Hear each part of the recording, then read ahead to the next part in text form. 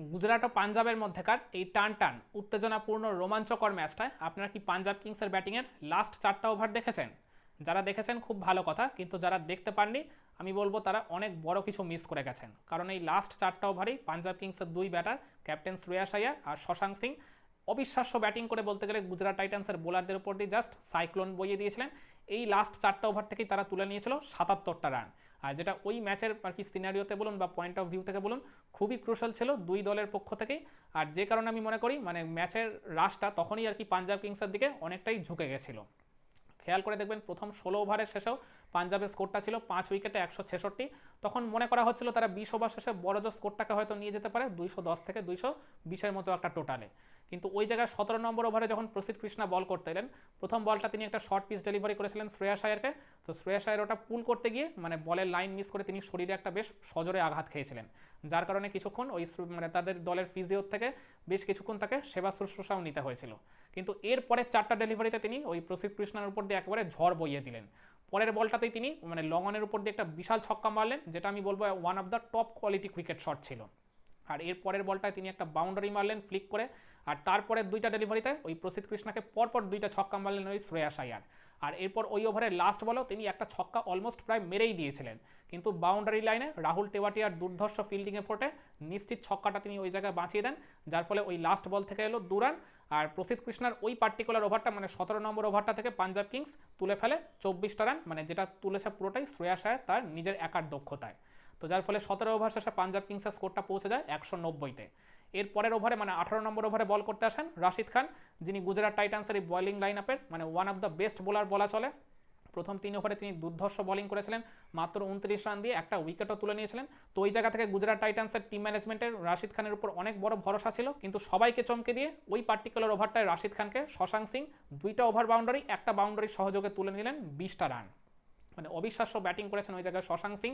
রাশিদ খানের মতো বোলারকে তিনি ডাউন দ্য গ্রাউন্ডে এসে ছক্কা মেরেছেন, লং অনের উপর দিয়ে বিশাল ছক্কা মেরেছেন, চমৎকার একটা বাউন্ডারি নেগোশিয়েট করেছেন। মানে রাশিদ খানকে তখন তার সামনে বেশ কিছুটা অসহায় মনে হচ্ছিল যেন তিনি তার প্রপার লাইন লেন্থ একেবারে হারিয়ে ফেলেছেন। তো ওই 20টা রান আসার পরে আর কি 18 ওভার শেষে পাঞ্জাব কিংসের স্কোরটা হয়ে যায় 210।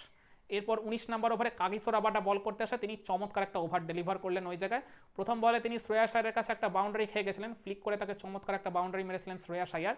তারপরের 2টা ডেলিভারি কিন্তু রাবাডা মানে ওই একটা স্লোয়ার টাইপের আর কি বল ওই জায়গায় এক্সিকিউট করতে গিয়ে তিনি ওয়াইড করে ফেলেছিলেন। মানে প্রথম বল থেকেই তিনি ওই জায়গায় 6 রান কনসিড করে দিল। পরের 5টা ডেলিভারিতে তিনি চমৎকার কামব্যাক করেছিলেন, মাত্র 4 রান তিনি ওই জায়গায় কনসিড করেছিলেন, একটা ডট বলও করেছিলেন, যার ফলে 19 নম্বর ওভার থেকে পাঞ্জাব কিংস তুলতে পেরেছিল মাত্র 10টা রান। তো যার ফলে 19 নম্বর ওভার শেষে পাঞ্জাবের স্কোরটা গিয়ে দাঁড়ায় 220-এ।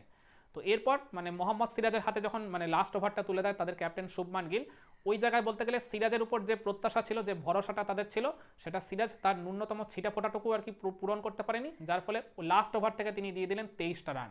আর এই 23 রানের পুরোটাই এসছে ওই শশাঙ্ক সিং এর ব্যাট থেকে। প্রথম বলেই মোহাম্মদ সিরাজকে তিনি চমৎকার একটা বাউন্ডারি মারলেন ওই ফ্লিক করে মিড উইকেট দিয়ে। তারপরে বলটা তিনি মানে 2 রান কালেক্ট করেছিলেন, তারপরে ওই জায়গায় একটা মানে সিরাজ ওয়াইড করে ফেলেছিলেন, তারপরে সিরাজ তাকে একটা বোধহয় ডট বলও করেছিলেন। কিন্তু লাস্ট 4টা বলে তিনি মানে একেবারে বলতে গেলে সিরাজকে জাস্ট ছাড়খাড় করে দিলেন ওই শশাঙ্ক সিং। 4টা বলে 4টাতেই তিনি বাউন্ডারি মেরে মানে ওই পার্টিকুলার ওভারটা থেকে 5-5টা বাউন্ডারি সহযোগে মানে শশাঙ্ক সিং একাই তুলে ফেললেন 23টা রান। আর যার কারণে শ্রেয়াস আয়ার অপর প্রান্তে 97 রানে দাঁড়িয়ে থাকা সত্ত্বেও তিনি ওই জায়গায় একটা বলও স্ট্রাইক পেলেন না, যার কারণে নিজের মানে কি অধরা যে সেঞ্চুরিটা আইপিএলে রয়েছে সেটাও তিনি এই দিন মানে খুব ভালো একটা সুযোগ পেয়েও কিন্তু পূরণ করতে পারলেন না। কিন্তু যাই হোক মানে শ্রেয়াস আয়ার সেঞ্চুরি না পেলেও ওই যে অবিশ্বাস্য ব্যাটিংটা করেছেন ওই মানে শশাঙ্ক সিং আর এই শ্রেয়াস আয়ার ওই লাস্টের পার্টনারশিপটা, যে কারণে লাস্ট 4 ওভারে কিন্তু পাঞ্জাব কিংস তুলে ফেলেছিল 77 রান। আরও ভালোভাবে বলতে গেলে লাস্ট 23 বলে তারা কিন্তু এই 77টা রান কালেক্ট করেছিল। আর এদের দুজনের পার্টনারশিপে 81টা রান এরা যোগ করেছে মাত্র 28 বল খেলে। অবিশ্বাস্য আনবিলিভেবল ব্যাটিং ছিল এই পাঞ্জাব কিংসের এই ক্যাপ্টেন শ্রেয়াস আয়ার আর শশাঙ্ক সিংয়ের মানে তরফ থেকে এই ইনিংসের একেবারে শেষ পর্যায়ে গিয়ে।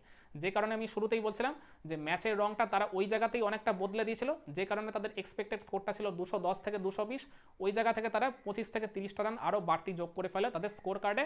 আর যেটা কিন্তু দিন শেষে খুবই কস্টলি হয়ে যায় গুজরাট টাইটান্সের টিমের পয়েন্ট অফ ভিউ থেকে, যে কারণে কিন্তু তারা ম্যাচটা দিন শেষে হেরে গেল মাত্র 11 রানের ব্যবধানে। তো আপনারাও কি মনে করেন এই পাঞ্জাব কিংসের ইনিংসের শেষের দিকে শ্রেয়াস আয়ার আর শশাঙ্ক সিংয়ের এই অবিশ্বাস্য ব্যাটিংটাই এই ম্যাচের রেজাল্টে অনেক বড় একটা পার্থক্য করে দিয়েছিল?